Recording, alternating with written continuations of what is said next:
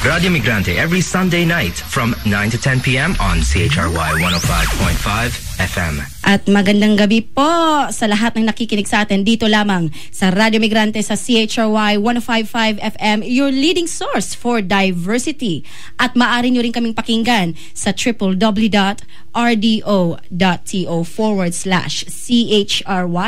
Bell 5973, Rogers Digital Cable 945, or sa tunein.com. Makakasama po ninyong gabi ay ang inyong tagapaglingkod, si Rhea Gamana, si Ish Cabanya, si Tita Pet Cleto, at si Kuya Louie Kayano. Magandang gabi sa inyo. Magandang gabi, Rhea. Magandang gabi din sa ating mga magigiting na tagapakinig ng Radyo Migrante dito sa Canada at sa Pilipinas. Okay, Tita Pet, bumati ka naman. Magandang gabi sa inyong lahat, mga kababayan.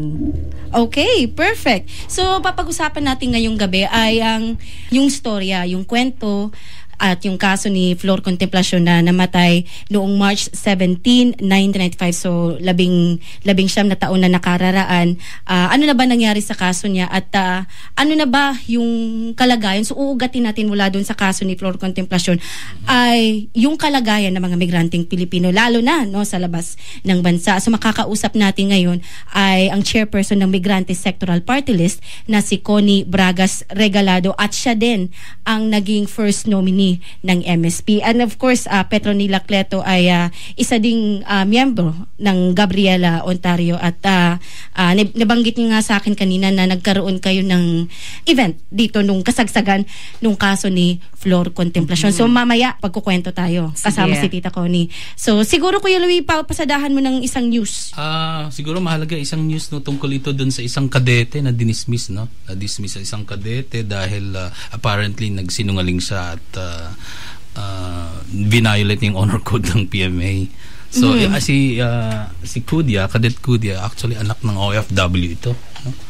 At then sabi nga dun sa news ay Philippine Military Academy had dug in dismissing the cadet's last appeal to reconsider its dismissal after a committee of fellow cadets found him guilty last month of lying about why he was late for class by 2 minutes, supposedly a fatal violation of the Academy's honor code. Hindi siya pinagraduate actually. At wala ring nagawa ang presidente, si Pinoy, kahit nabalikta rin yung desisyon ng mga militar. 2 minutes lang daw, nagsinungaling. Grabe, matindi ito. Wow. Anak ng OFW ito, So, masakit ito para sa mga kababayang migrante na nagtatrabaho sa ilabas ng bansa para mapag-aaral ng kanilang mga anak, Ano pa mang institusyon ito nag-aaral, At So, actually magandang yan, parang magandang segue kasi yun na yung mamaya pag-uusapan natin, yung tunay na kalagayan ng mga migranteng Pilipino sa labas ng Pilipinas. So bago natin puntahan yan ay kasama natin ngayon ang Vice Chairperson ng Migrante Canada na si Christopher Sorio upang pag-usapan ang Metropolis Conference. Ish, siguro makapagbigay ka ng background sa mga nakikinig sa atin. Ano ba yung Metropolis Conference in a nutshell? Yeah, so it's an annual event attended by people from academe, mga community groups. They gather for a conference on policies dito sa Canada, particularly on immigration. So basically, kung sa gist niya, conference on Canadian studies on migration, and they present their studies in particular areas all across Canada, and they recommend some changes or reforms on existing laws. And we attended there partly to talk about the barriers and the challenges of youth here in Toronto, and in relation to the language as a benchmark tool, and some case studies that we presented. And on that same day, we also visited, we made an appointment with officers of the Philippine Embassy sa Ottawa, in downtown Ottawa. And we presented the issue on the consular services campaign, and I believe si Tito Perry yung makapagsalita on that matter. So, live via phone patch po dito sa Toronto, Vice Chairperson ng Migrante Canada, Christopher Sorio. Magandang gabi. Magandang gabi. Salamat at naka-phone patch ako kasi isa din sa kayo. Patikim. Okay. Okay, sige, pasadahan mo na kami ng iyong report. Binabati ko lahat ng ating mga kababayan. Gusto ko lang ipabot sa inyo na yung ating consular service campaign ay pumasok na sa isang yugto na i-present natin sa Philippine Embassy sa Ottawa yung ating petition, yung copy ng petition na inihingi natin yung opening ng consular services, ng offices sa weekends at saka sa mga lugar na wala pa, kagaya ng Alberta at Manitoba ay talagang buksan at magkaroon ng permanenteng mga consular offices dyan. So, ipinabot natin yan, pinaliwanag din. Ang humarap sa amin ay si Porfirio Mayo at saka si Eric Tamayo ng Philippine Embassy, kasi yung ating ambassador si Gatan ay paalis na, no? Pa-retire na siya at magkakaroon tayo ng bagong ambassador to Canada na si Petronila Garcia ang pangalan niya. Darating siya rito sa June. So kasama ko sa delegasyon na to yung anak bayan Toronto, yung ating chairperson na si Tess Agustin ng Montreal, si Tony ng sa Montreal din, at saka ang PMSC nag-host sa atin at nag-facilitate ng ating meeting with the Philippine Embassy. So doon una talagang nakita sa discussion, lumalabas na nakaabot na rin sa kanilang request na ito ay sa Pilipinas, ibig sabihin na kailangan buksan yung magkaroon ng permanent consular office sa Alberta at saka sa Winnipeg. Ang kailangan na lang, nakikita namin doon sa usapin na yon, kailangan ng umaksyon ang Aquino government. Mag-allocate ng budget, ipasok ito sa 2015 budget. Kaya yung ating pressure ngayon ay idirekta natin sa Philippine government. Talagang i-pressure natin yung ating Philippine Congress, yung ating mga mambabatas, yung mga party list dyan, lalo na yung mga party list na nagsasabi tumatayo sila sa OFW. Yung mga yan ay kailangan na nating wag tantanan. Talagang na natin yan, purbusin natin ang mga panawagan na open consular services sa Alberta at Winnipeg, i-improve ang consular services sa Toronto, sa Montreal, at ayusin din yung mga paniningin ng mga serbisyo, kasi may mga pagkakaiba sa presyo dahil sa yung marami silang binanggit, no, yung kasama na din yung shipping, ganyan pagkakaiba ng presyo. At nakita rin namin doon, karamihan, isa sa pinakamalaking lang problema, luma na raw yung computer nila.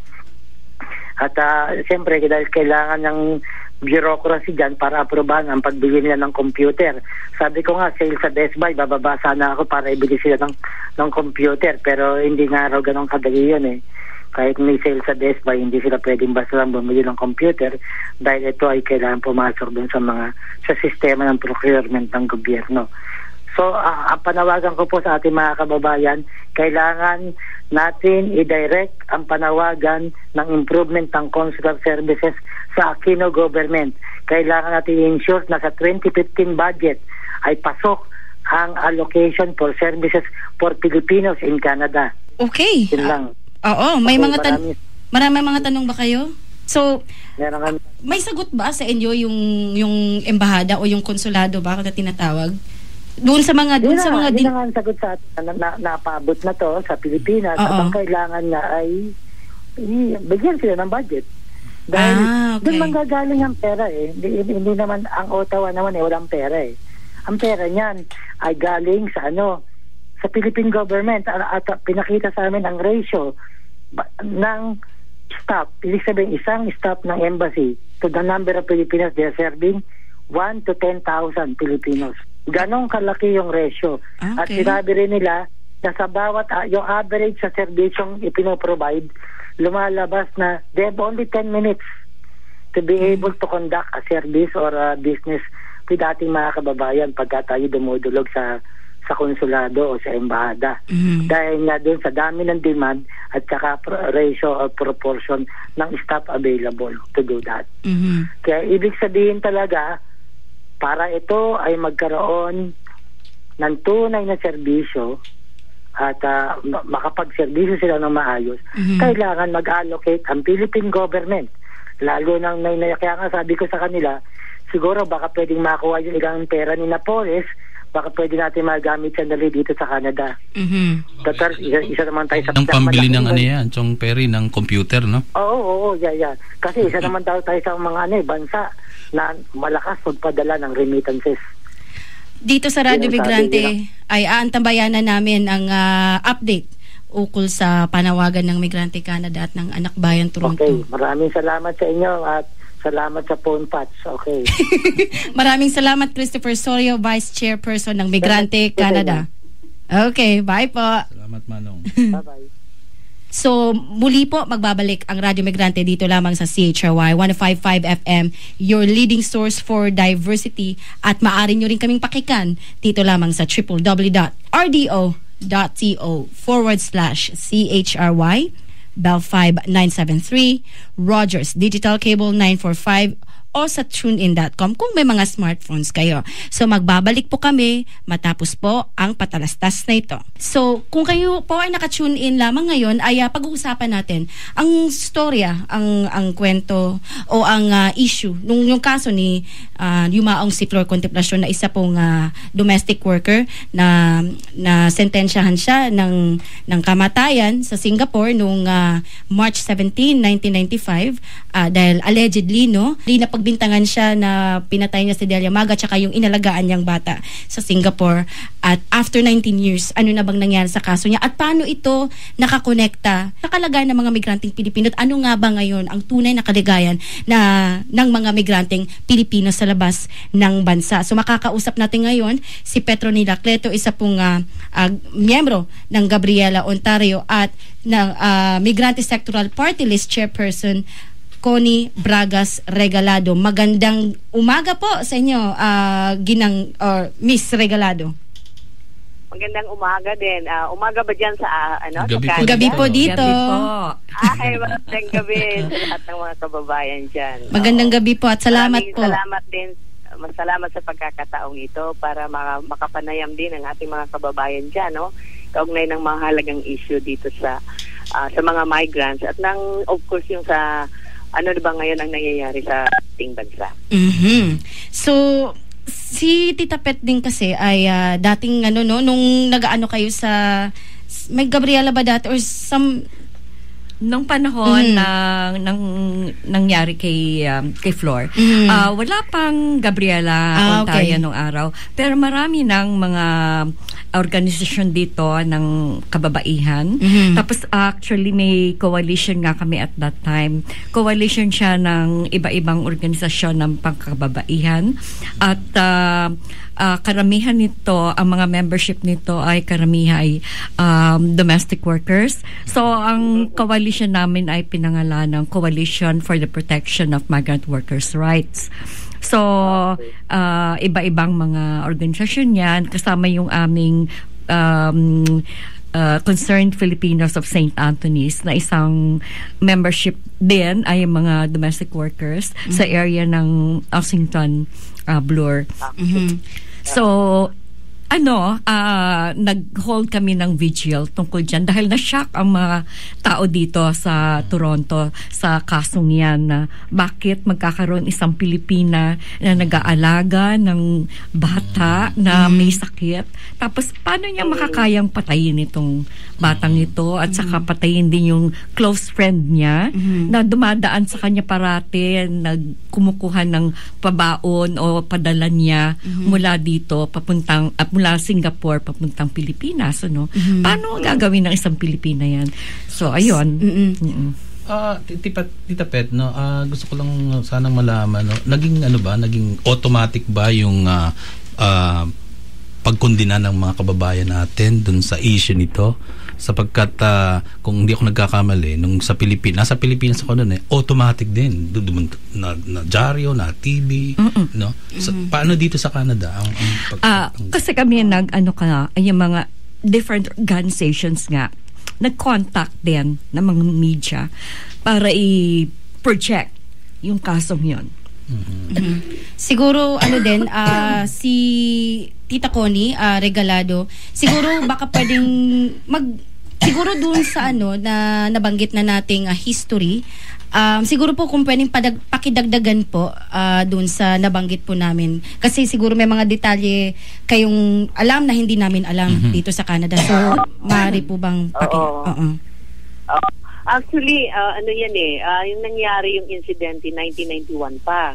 Kaya, yung isang malaking issue doon, yung talagang criminal neglect ng gobyerno natin. 1991 pa nangyayari, kumilos na lamang sila ng 1995. So based doon sa investigation, dahil nagpadala din tayo ng lawyer yung the late Romeo Capulong, siya yung naging lawyer ni Flor Contemplacion. Pumunta sila doon mismo sa Singapore at may mga ang batay doon sa autopsia,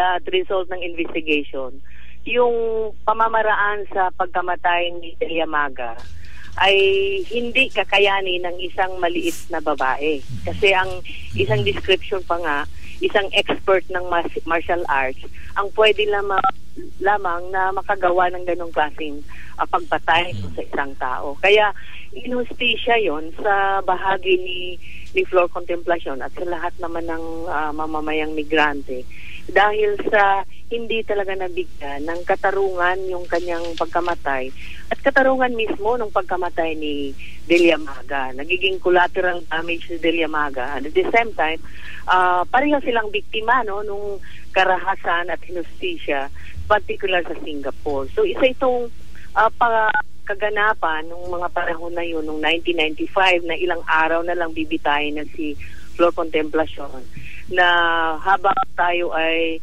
nag-commemorate sa kamatayan ni Flor Contemplacion sa bawat taon after 1995, ay at the same time kasi ito yung kaganapan na nagtulak, na itulak natin ang gobyernong Ramos the time na mag-lodge ng diplomatic protest, Una, na-recall lahat ang mga embassy officials bilang protesta, and at the same time nagkaroon talaga ng isang kampanyang boycott sa lahat ng products, including yung Singapore Airlines, sa mga kababayan natin na bumibiyahe mula sa Pilipinas papuntang Singapore. Pangalawa, mahalaga din ang araw ito dahil ito din yun ang nagtulak sa gobyernong Ramos na magpanukla ng kaisa-isang batas, kaugnay ng migrants, itong Republic Act 8042 o yung Magna Carta for Overseas Filipinos and their families. At pangatlo, makasaysayan sa Migrante International at sa kilusang migrante sa buong mundo dahil ito din ang taon, December 1990, the following year, 1996, ay itinayo natin, pinormalisa yung pagtatayo ng isang pandaigdigang alyansa ng mga Filipino migrant organizations, itong ang Migrante International. Kaya sa araw na ito, isa itong pagdiriwang, pag-commemorate ng kamatayan, pagdiriwang ng mga paglaban ng mamamayang migrante na simula noon ang daan nating mga ganansya, kaugnay dito, maliban sa batas, ang batas na ito, yung Republic Act 8042 ay nagtulak din, nagiging tungtungan natin batayan para magtulak pa ng mga amyenda sa batas na ito para mabigyan man lang kahit temporaryong relief o lunas yung problema ng mga migrants. So, Tita Pet, may dagdag po kayo? You're good. Okay lang. So, nabanggit nyo yung problema ng mga migranteng Pilipino. So, yung issue o yung kaso ni Flor Contemplacion, hindi lang siya lumaki sa Pilipinas, lumaki siya sa international community. Ngayon po, yung tanong ko, doon sa kaso ni Flor Contemplacion, ano na po ang tunay na kalagayan ng mga migranteng Pilipino at paano po naapektuhan ang mga migranteng Pilipino batay po sa kaso ni Flor Contemplacion? Una, kung titingnan natin ngayon yung kalagayan ng gusto kong dahil sa pati yung kahirapan, lumaki yung bilang ng ating mga kababayan na lumalabas ng bansa bawat araw. So batay sa ating statistics na pag-alaman natin sa gobyerno na sa bawat araw sa ngayon ay meron ng 4,884 no ang umaalis, yung mga dumadaan pa lang sa POAA. So ibig sabihin yan, indikasyon niya na walang pagbabago dito sa Pilipinas, lumalaki na yung bilang ng mga walang trabaho. At the same time, pagdating nila sa mga bansang yun, marami tayo ngayong malalaking issue, kung sa Middle East, yung nagaganap ngayon sa Saudi Arabia na patuloy yung crackdown ng ating mga kababayan. Ito yung mga kababayan natin na napabayaan ng mga embahada at konsulado doon na matulungan sana sa mga problema nila.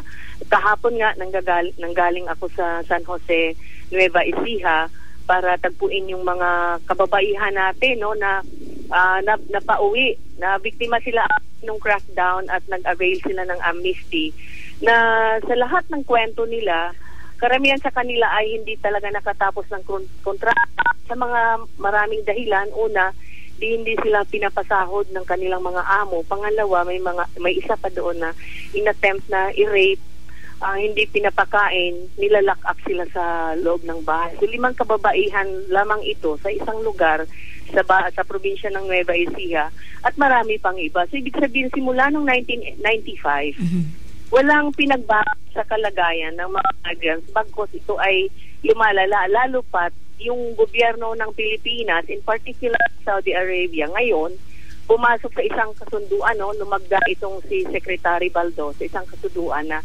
tinatawag nilang mega recruitment system, na ibig sabihin na yung usapin ng migrasyon ay usapin na lang sa pagitan ng employer at saka employee, o kaya sa ahensya, sa recruitment agencies at saka sa employee. So malinaw ito na na-absuelto na ngayon ng Philippine government yung responsibilidad nila, accountability sa mga migrants. Pangalawa, ang isang matingkad ngayon na usapin, itong malawakang large scale na human trafficking at nakakalungkot sa United States ito. Una, meron tayong 1,000 mga kababayan natin na nagtatrabaho sa oil rig, sa Louisiana, USA, na traffic sila. Iba-iba yung kanilang mga visa, may investor's visa, meron silang visa na mga tourist, na pagdating doon nagtatrabaho sila sa oil rig, at hanggang sa ngayon wala siyang hustisya. At wala ding kahit legal assistance mula sa ating gobyerno para magpatuloy silang ilaban yung kanilang kaso. Pangalawa, mayroon tayong mga kaso, yung tinatawag naming Florida 15, ito ay mga hotel workers, na ganun din ang nangyari sa kanila. Dinala sila sa US, pagdating doon wala silang mga trabaho, nilako pa sila sa mga iba't ibang hotels, nagtatambay sila pakasakaling makakita ng trabaho. Ang pinaka-latest ngayon, itong 21 batches involving over 200 mga teachers sa Washington DC, na ganun din, yung binayad nila between 300,000 to 1 million. Mayroon nang nakalusot sa US ngayon, nagsasampa ng kaso na human trafficking. Etong 21 batches ang naiiwan dito sa Pilipinas na hindi nakaalis pero nakapagbayad, at sa kasulukuyan silang nagsasampa ng kaso sa DOJ sa ilalim ng Interagency Against Human Trafficking Commission. So mabagal ang proseso sa kaso na hanggang sa ngayon, sa ngayong umaga, pupunta doon sa DOJ para i-file yung kaso ng human trafficking. So ito ay malakihan, at onta pa ito doon sa maraming mga kababayan na, lalo na yung mga domestic workers, na yung mga kontrata ay grossly violated ng mga agencies, ng mga employers, at maging yung sa mga sa embassies. In fact, naririnig din siguro ninyo yung mga sex for flight, na matagal na itong mga kaso. Since 1998, in-expose na natin ito, na yung mga embassy officials, consulate officials, lalo na sa Saudi Arabia, ay literal, na sila yung naglalako ng mga kababayan natin. Niraraffle o kaya binebenta sa mga lalaking Arabo in exchange para sa mga tickets nila para makauwi sila. So itong mga nakauwi at nakakausap natin ay talagang ino-offer sa kanila, sige, may ticket ka pero sumama ka dito sa Arabo na to. So ito ay umuusad dito sa Kongreso. Yung kaso ngayon iniimbestigahan yung mga officials nasa Congress na ito. Pero ang pinaka masaklap dito, initially yung action ng Department of Labor and Employment saka ng OWA ay suspension lang dito sa mga nagkasalang mga government officials sa embahada at konsulado ng Saudi Arabia. So, palala ng palala. At habang naghihirap yung ating bansa, habang nalulugmok, dumadaos-dos yung ekonomiya, marami ang lalabas sa bansa. At in fact, nung Sabado, nasa Kabanatuan ako, Nueva Ecija, malaking issue ngayon yung pagtatayo ng mga expressways na dinadaanan yung libo-libong mga palayan, maisan, mga kabahayan na tingin namin lalo itong magtutulak ng mga kababayan natin ng mga ibang bansa dahil masisira yung kanilang kabuhayan at masisira yung kanilang kinabukasan ng kanilang mga anak.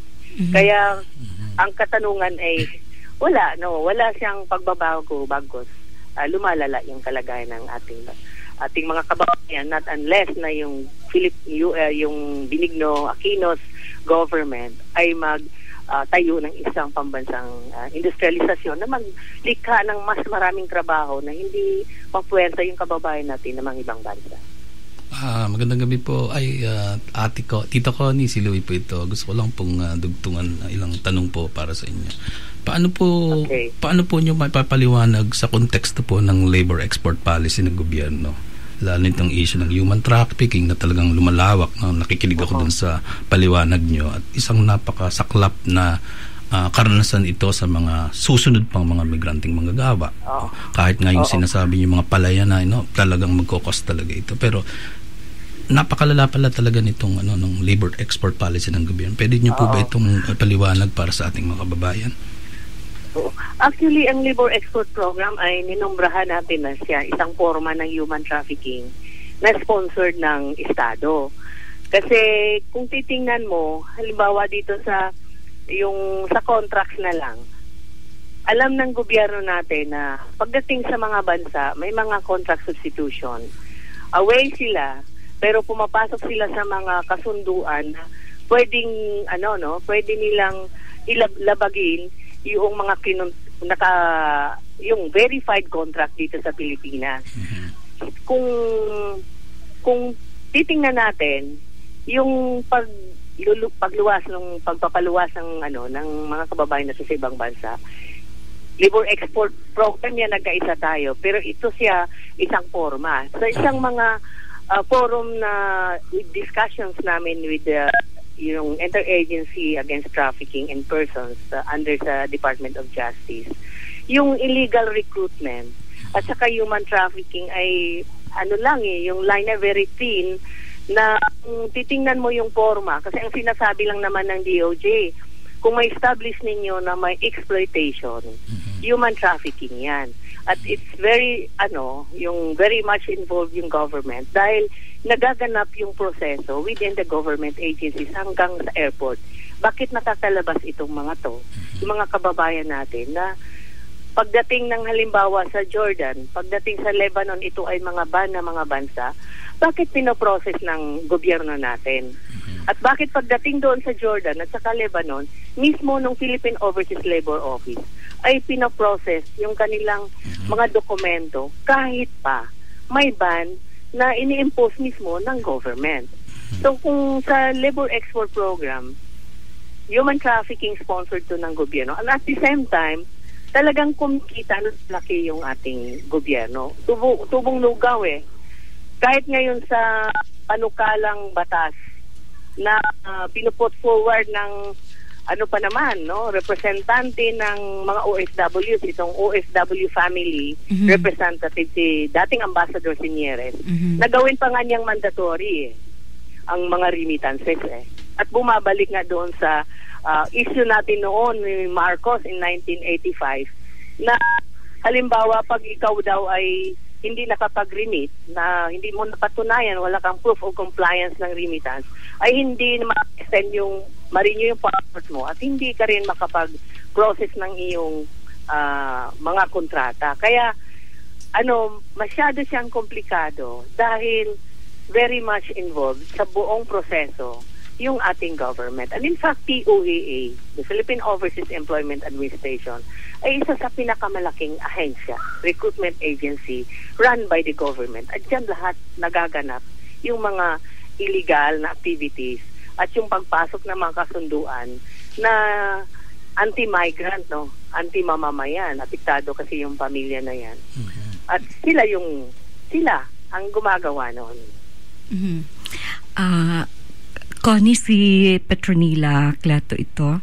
Ang tanong ko din ay tungkol din sa trafficking. Dahil ang total yata ngayon ng trafficking victims, kung tama ako, ay 300,000 to 400,000, di ba? Lumaki na siya. Ang ulat ng government is 1 million. 1 million na.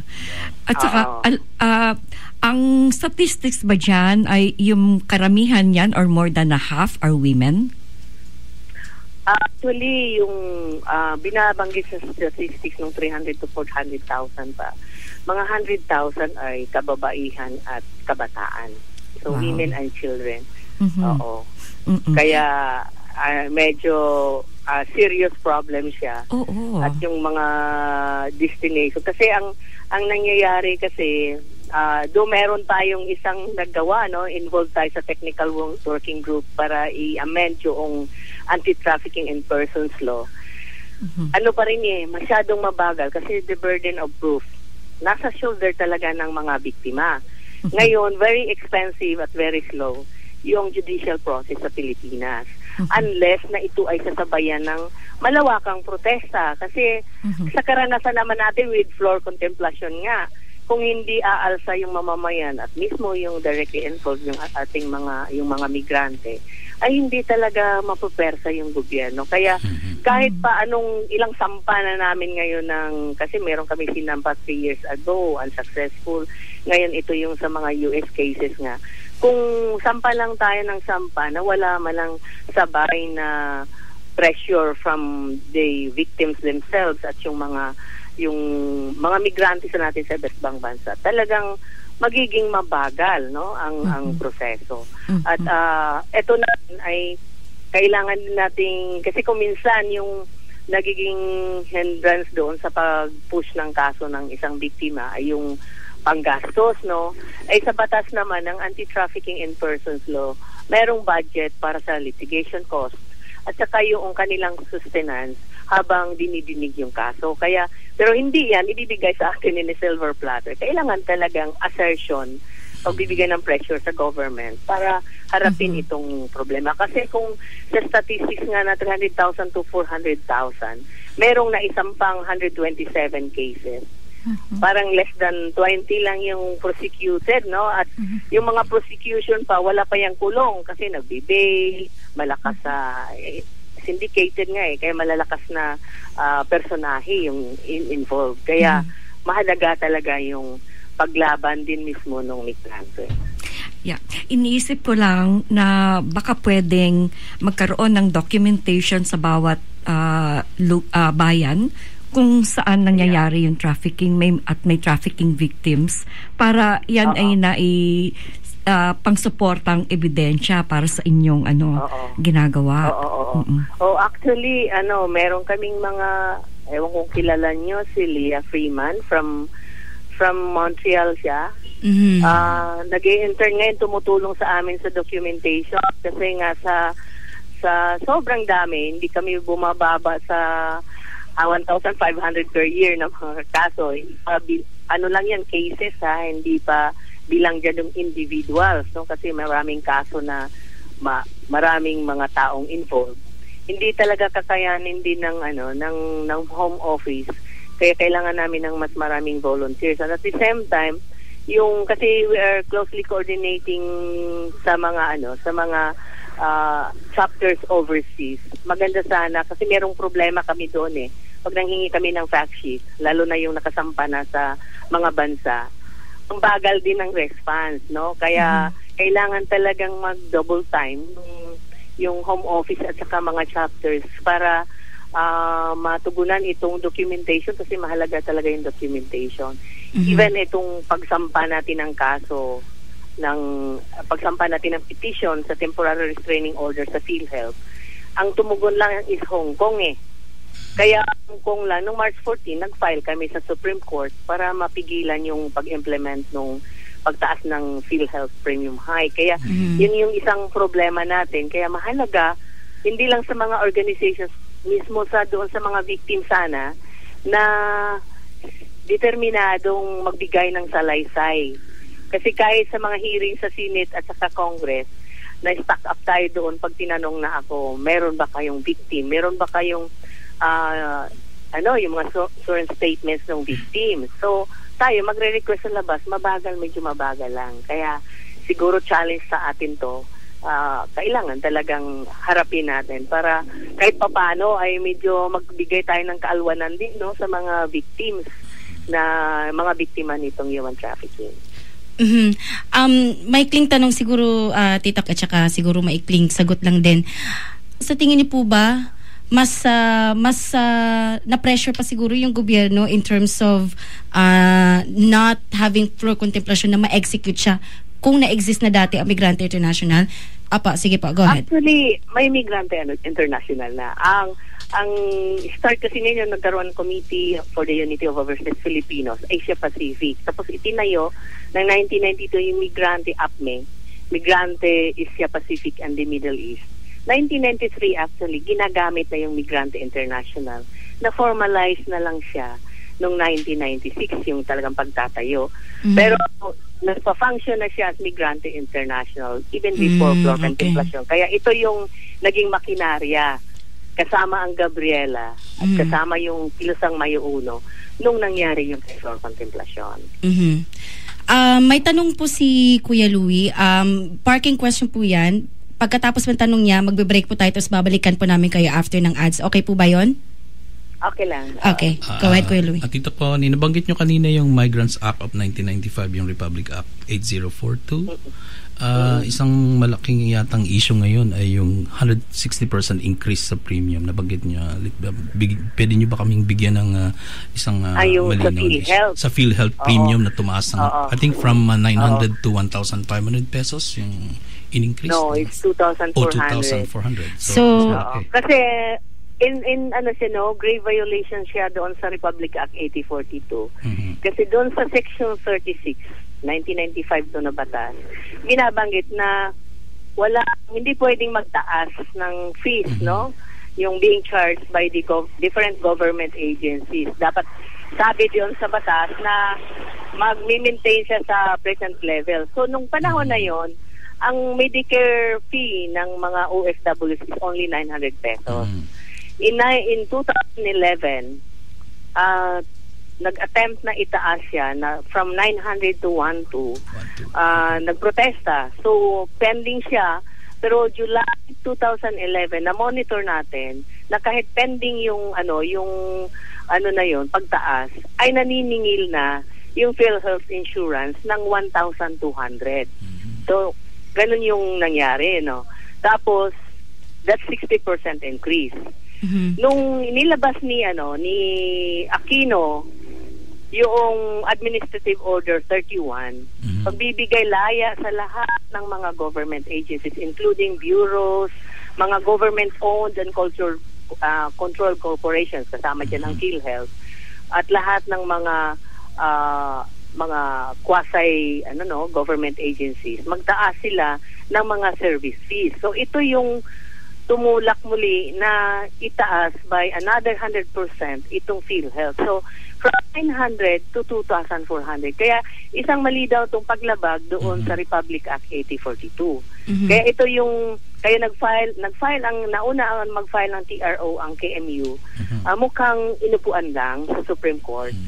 So nung Friday, tayo ng supplemental pleading sa Supreme Court, yung Migrante International, Migrante Sectoral Party at may dalawa pang individual petitioners na mga dating OFW. So ito yung nakasala ngayon na mahalaga sana kung yung sabayan ito ng protesta. So hindi pa namin alam kung saang sala siya dinggi, no? Pero ang demand natin urgent ito na dapat idinggi, no, ng Supreme Court kasi medyo parang may grave abuse of discretion yung PhilHealth na hindi tinitingnan na ito ay lumabag talaga sa batas, no, yung RA 8042. Tita Connie, magbabalik po tayo. Magbe-break muna kami tapos babalikan ka namin.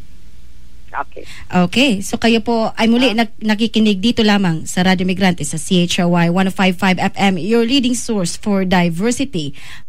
Ang Radyo Migrante ay ang progresibong tinig para sa komunidad ng mga Pilipino. Ipaalam sa komunidad ang inyong mga kaganapan o pagtitipon sa pamamagitan ng pagbili ng sponsorship sa Radyo Migrante. Sa pamamagitan ng sponsorship, makukuha ninyong atensyon ng marami sa mga kaganapan kung saan nais ninyong lumahok ang inyong komunidad. Para bumili ng sponsorship, tumawag sa 416-736-5145 o magpadala ng email sa advertising@chry.fm. Radyo Migrante, kung saan nagtitipon ng mga Pilipino para sa progresibong politika at pagbabago. Po ay nagbabalik dito lamang sa Radyo Migrante. Kung kakatunin nyo lang po, ay kausap natin ngayon si Connie Bragas Regalado, Migrante Sectoral Party List Chairperson, na kakwentuhan po natin ukol sa kaso ni Flor Contemplacion at ano na nga ba ang tunay na kalagayan ng mga migranteng Pilipino at paano naapektuhan ng mga migranteng Pilipino sa kaso ni Flor Contemplacion. Tita Pet, go ahead.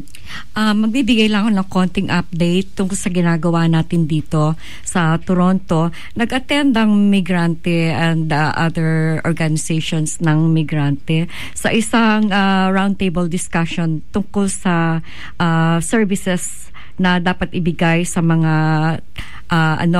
trafficking victims. So ang naging problema namin doon sa model na present ng ilang mga organisasyon ay nakatutok lang ito doon sa mga services na binibigay doon sa mga victims, pagkatapos yung investigation at saka yung legal processes naka-under na doon sa military, sa police, ganyan. So, medyo alangan kami doon. Sinabi namin doon sa organizations na yan na kailangan ay magbigay kami ng draft model sa kanila ng aming alternative na model. Kasi ang gusto namin ay hindi ang objective namin dito ay para maiwasan na yung repeated victimization ng trafficking victim. Kasi nadodoble yung victimization niya kapag siya ang iniimbestiga ng police at iba pang authorities, no? Tapos yung mga authorities ang nagdi-define kung sila ba ay trafficking victims o hindi.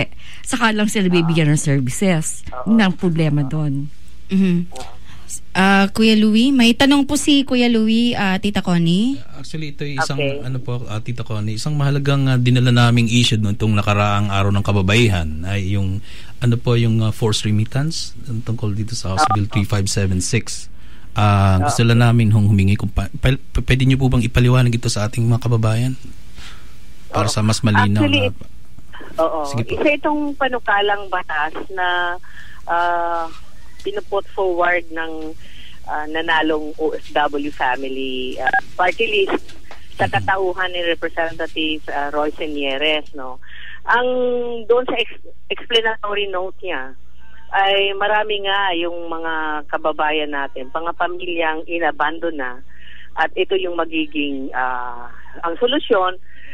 Kailangang sa tono ng kanyang panukalang batas, parusa doon sa hindi sumusuporta sa pamilya dahil una kailangan na mag-remit siya, mandatory yung remittance ng kanyang kita doon sa guidelines ay 80% kung sa seafarers, 50 to 70% kung land-based.